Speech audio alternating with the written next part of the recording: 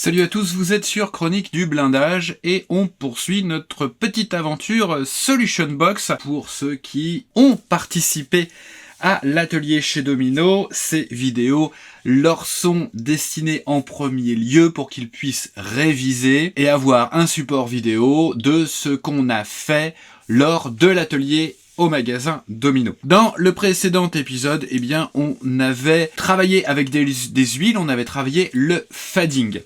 Donc j'avais pris un petit peu de distance par rapport à la Solution Box, à ce qui était préconisé dans la Solution Box.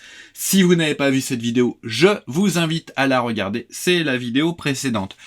Aujourd'hui, on va s'attaquer à un grand classique dans la maquette, que ce soit la maquette blindée ou la maquette avion, c'est le lavis, plus communément connu en France sous le nom de jus. Donc moi je préfère parler de lavis plutôt que de jus. J'ai fait une vidéo pour en expliquer dans la petite série consacrée aux huiles, donc je vous invite, si vous voulez avoir plus de précision, à aller regarder cette vidéo dans la série sur les huiles. Donc là, on va faire des lavis et des lavis localisés pour être un petit peu plus précis, qui vont nous permettre de venir mettre en avant les détails en relief ainsi que les lignes en creux, donc donner un petit peu de volume, de manière artificielle, mais de donner du volume à notre modèle en nombrant toujours pareil, de manière assez prononcée, donc plus que dans la réalité, en venant ombrer nos détails. Par rapport à la Solution Box, on est donc sur la phase 5, donc washes en anglais, lavados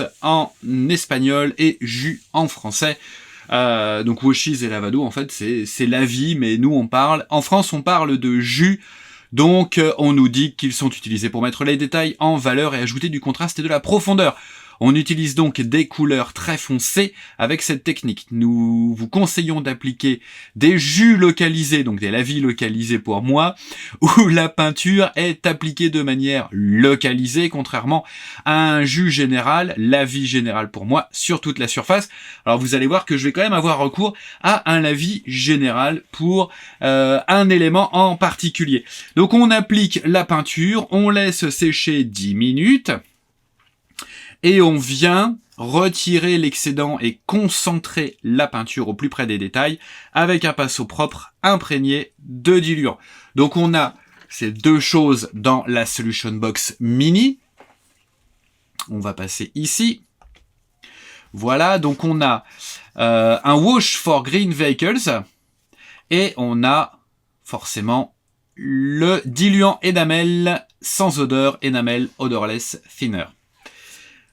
On va pas prélever directement de la boîte parce qu'on va utiliser une palette, une petite palette en aluminium dans laquelle on va venir transvaser. Et notre enamel odorless et notre lavis dark brown wash for green vehicles. Alors on agite bien le lavis comme ceci. J'ouvre mon lavis, mon wash. Alors, avec une pipette, mais sinon avec un pinceau, vous allez venir prélever un petit peu de ce lavis que vous venez positionner dans une des alvéoles.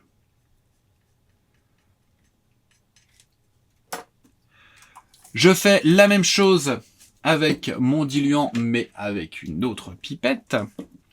Donc, je me place à côté. Je viens prendre mon diluant, hop là. Je me fais 2 alvéoles de diluant. Voilà, point trop n'en faut. Donc 2 alvéoles de diluant, puisque vous allez voir, avoir besoin d'une alvéole de diluant propre et d'une alvéole éventuellement de nettoyage. Je me prépare mon morceau de tissu, mon morceau de caleçon. Au niveau des pinceaux, pour l'application du lavis, donc ce qu'on va faire dans un premier temps, je vais utiliser un liner. Donc c'est un pinceau, vous voyez, très très fin. Donc c'est le 3.0 de chez Hamo en version synthétique. Vous le trouvez dans le set de 17 pinceaux qui était fourni lors de l'atelier chez Domino. On va travailler sur la tourelle. Je viens prélever que vous puissiez bien voir. Voilà. Je viens prélever mon lavis et je vais l'appliquer donc autour des détails. Donc je vais le déposer d'abord par capillarité. Donc vous allez voir, juste mon pinceau touche la surface et par capillarité, le lavis vient se déposer autour des détails en relief.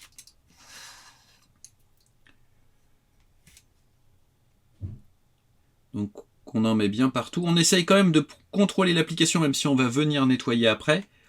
On essaye de contrôler l'application pour pas qu'on place trop de produits énamel sur la surface.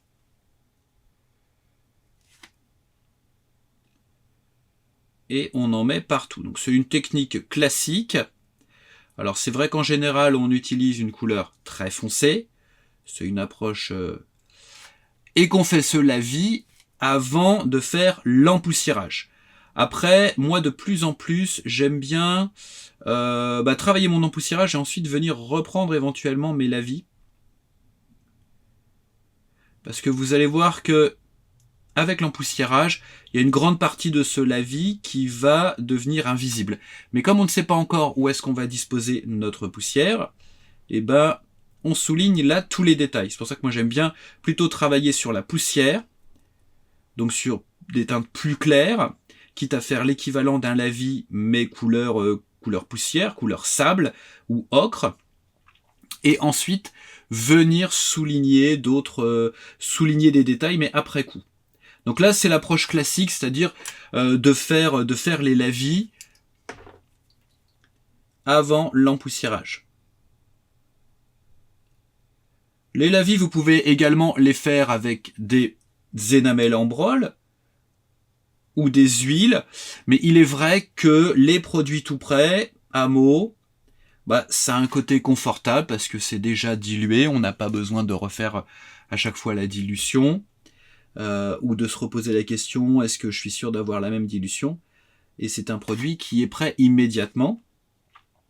Donc c'est quand même malgré tout un confort. Ça fait partie des grands classiques. Moi, c'est des choses que j'utilise sans problème régulièrement. En tant que produit tout prêt, c'est les lavis. Notamment tout ce qui est dark wash. C'est quelque chose à avoir quand même sous la main.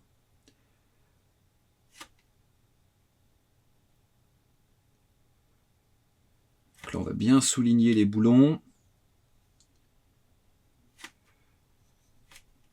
Donc on surcharge pas trop la surface.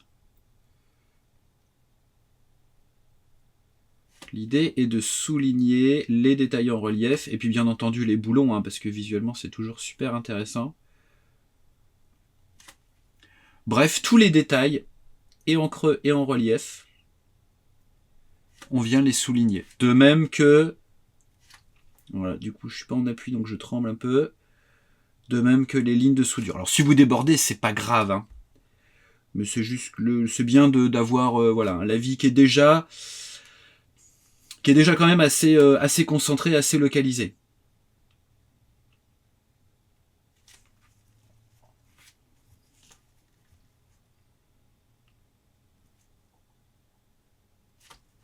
Donc vous avez vu que par capillarité, ça s'applique très très très bien.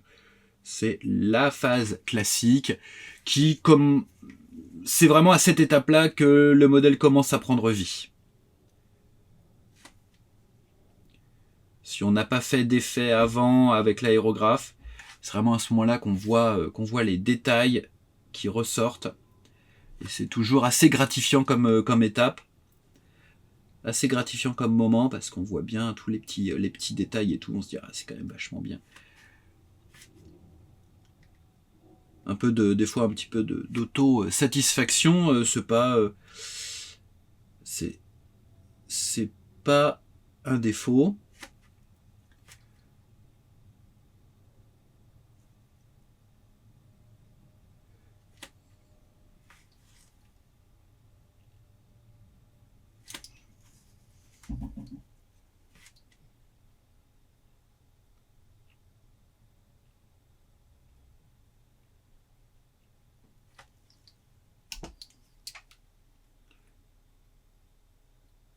Voilà, j'ai terminé mon lavis.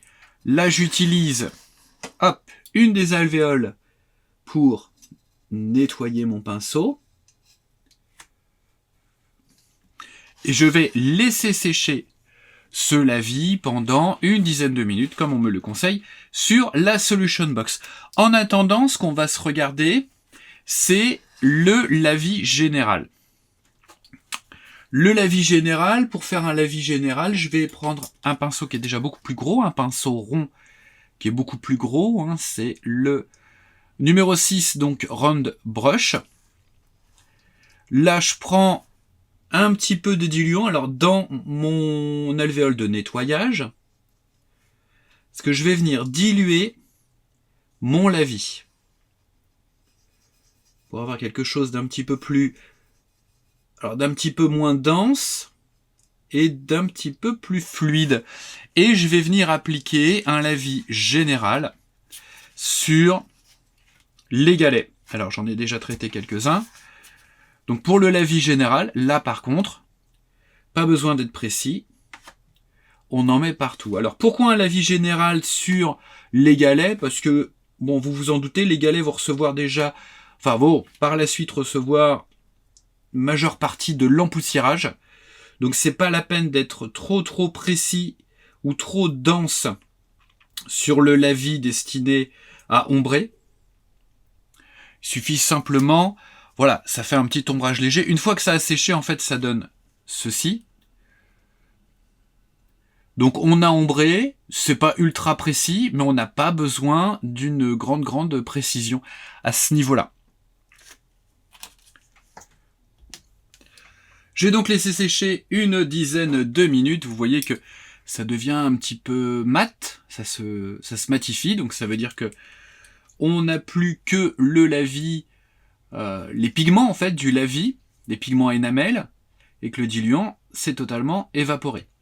Je prends maintenant un pinceau rond, donc dans le cas présent, c'est un pinceau numéro 1, que je trempe dans mon alvéole de diluant propre. Je le trempe. Voilà. C'est parce qu'en fait je l'avais nettoyé avant, donc j'avais mis du nettoyant dessus, donc il faut que je l'imprègne un petit peu plus. Je mets du diluant dessus et je vais faire un petit peu dégorger mon diluant parce qu'on veut qu'il soit imprégné et pas imbibé. Donc je veux juste qu'il soit humidifié en fait mon pinceau. Et là on va venir retoucher notre lavis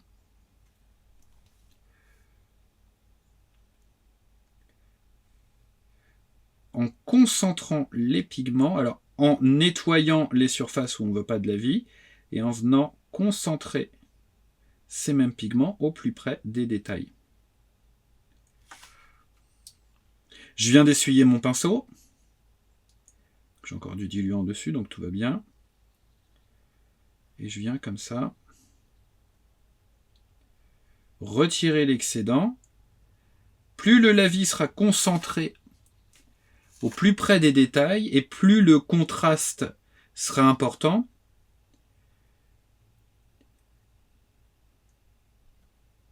Et plus le lavis sera nickel. Donc moi j'accorde beaucoup de temps quand je fais un lavis. Bon déjà quoi qu'il arrive, ça prend du temps un lavis localisé parce qu'il faut bien le retoucher. Il faut prendre le temps de bien vérifier qu'on n'a pas d'excès parce que moi je trouve toujours que c'est un petit peu... Enfin, j'aime pas quand il y a des excès quand ça a débordé. Quand par exemple autour d'un détail rond, on a un lavis qui est ovale. Je trouve pas ça joli, donc je passe un petit peu plus de temps à le concentrer, sachant que ça se fait en plusieurs fois. C'est-à-dire que comme on met du diluant là pour retoucher, bah, si on veut venir retoucher une nouvelle fois, on va laisser le diluant sécher. De même, là par exemple, je trouve que j'ai un petit peu trop nettoyé, donc je reprends un petit peu de lavis. Ici notamment, parce que c'est... Voilà, et je remets un lavis que je vais laisser sécher et que je vais venir retoucher. Donc c'est une phase qui est quand même un petit peu longue, mais qui est importante et qui prendra aussi tout son sens par la suite. C'est-à-dire que c'est la dernière phase où il faut vraiment être très patient et très méticuleux. Après, on va toujours être méticuleux sur les étapes d'après, mais comme ça va être de l'empoussiérage, des salissures, des choses comme ça, on va être un petit peu moins regardant sur la précision.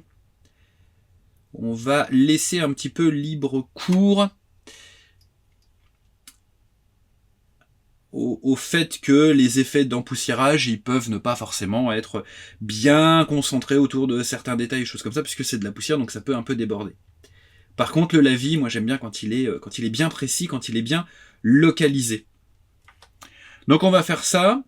Alors je vais pas vous faire la totale en vidéo parce que ça va être un petit peu long. Je pense que vous avez compris le principe. Là par exemple, je m'aperçois que j'ai oublié un petit boulon ici. Donc je remets un petit coup de lavis.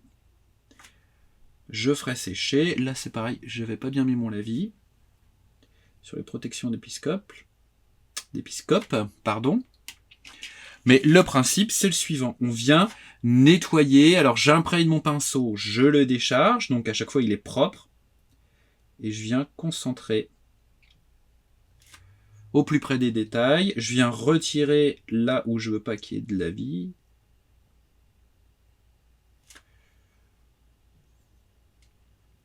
Donc, d'où l'intérêt, parce que vous avez vu là, malgré tout, c'est quand même assez long.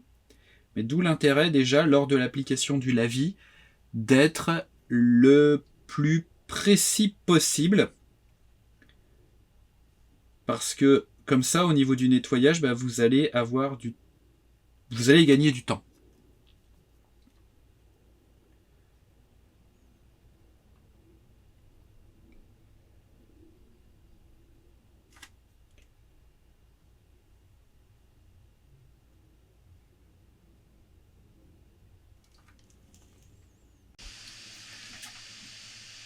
Le travail de reprise, en tout cas la première passe a été effectuée.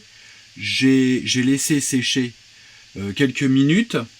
Et là, je vais éventuellement refaire un petit tour sur mes pièces pour m'assurer que tout a été bien nettoyé, que j'ai pas de tête de boulon sur lesquelles il y a du lavis, que mon lavis il est bien localisé, et de cleaner ce qui dépasse un petit peu là, notamment autour de la main courante. Là, j'avais pas cleané, donc je vais venir nettoyer, concentrer au plus près. J'essuie mon pinceau et je viens retirer l'excédent.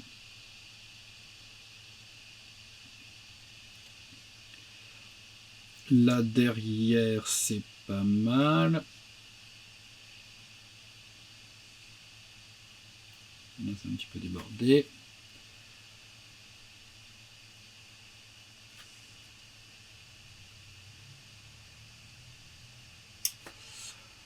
Donc vous attendez le séchage complet et il se peut parfois qu'il y ait des petites auréoles qui apparaissent, mais alors c'est très léger comme auréole. Donc vous, avec votre pinceau propre, vous venez juste un tout petit peu humidifier comme ça la surface pour enlever les auréoles. C'est pas très grave, vous n'êtes pas forcément obligé de le faire. Moi je préfère m'assurer qu'il n'y a pas d'auréoles persistantes, que c'est juste des petites auréoles, voilà, parce que ça sèche pas de manière homogène partout. Mais vu qu'on va continuer à travailler avec des énamels là, sans mettre de vernis, les auréoles c'est pas un problème. Et c'est parce que vraiment c'est pas des auréoles blanchâtres, choses comme ça. C'est juste quand vous tournez votre pièce, vous voyez que par moment, là regardez ici, vous voyez que là c'est pas totalement fini de sécher. D'ailleurs j'ai une petite chmurte là, voilà. Donc on attend un petit peu. J'avais déjà donc fait la moitié de mon blindé, puisque sur la caisse, je travaille que la moitié en vidéo. Et vous voyez que... Non, vous les voyez pas, il y a des petites... Ouais, si, là, ici. Voilà, il y a des petites auréoles. Donc il suffit simplement de revenir un petit peu avec son pinceau, atténuer ces auréoles, mais vous verrez qu'après, de toute manière, elles vont disparaître. Donc ça, c'est... Alors, je vais le défaire parce que c'est beaucoup plus simple pour la caméra. Voilà. Donc ça, voilà, c'est la partie donc que j'ai faite. Vous voyez ce que ça apporte, hein, regardez au niveau notamment des réservoirs extérieurs. Le Lavi met bien en valeur les détails, donc ça donne vraiment de la profondeur à l'ensemble. Là, voilà, sur ma tourelle. C'est un travail c'est une phase qui est assez longue, qui est assez fastidieuse. Moi, en général, je le fais, vous pouvez le faire en plusieurs fois, hein. Je le fais, pour pas vous mentir, je regarde un film ou des choses comme ça en le faisant. Parce que ça peut durer, suivant les modèles, ça peut aller jusque 3 heures si on va être bien précis. Et puis on revient, on regarde et on se dit je vais me retoucher encore un petit peu. D'ailleurs, c'est ce que je suis en train de me dire là sur le devant. Je vais retoucher encore un petit peu pour que ce soit vraiment le plus fin possible, le plus maîtrisé possible, au plus près des détails. Vous verrez qu'après, si on veut rajouter de la crasse foncée, c'est ce qu'on va faire dans l'étape qui suit, notamment l'étape de traîner, hein, cette étape qui va utiliser un produit énamel, on va aussi pouvoir rajouter de la crasse un petit peu plus foncée, mais moins dense que ce Lavi. Donc on va pouvoir créer des ombres. Là, l'idée du Lavi, c'est vraiment d'ombrer au plus près les détails, de pas faire des ombres un peu larges, un peu atténuées et tout ça. On n'en est pas encore à cette étape. Donc voilà pour cette partie Lavi. Je sais qu'on l'a beaucoup traité.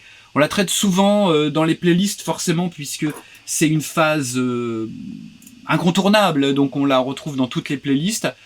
Mais là, je l'ai faite avec donc un enamel wash, donc comme Max l'a fait notamment dans sa playlist sur la Russiobald que je vous conseille de regarder sur Chronique du blindage. Voilà, il ne me reste plus qu'à vous dire prenez soin de vous, prenez soin des autres et à très vite sur Chronique du blindage pour une nouvelle vidéo. Allez, à ciao!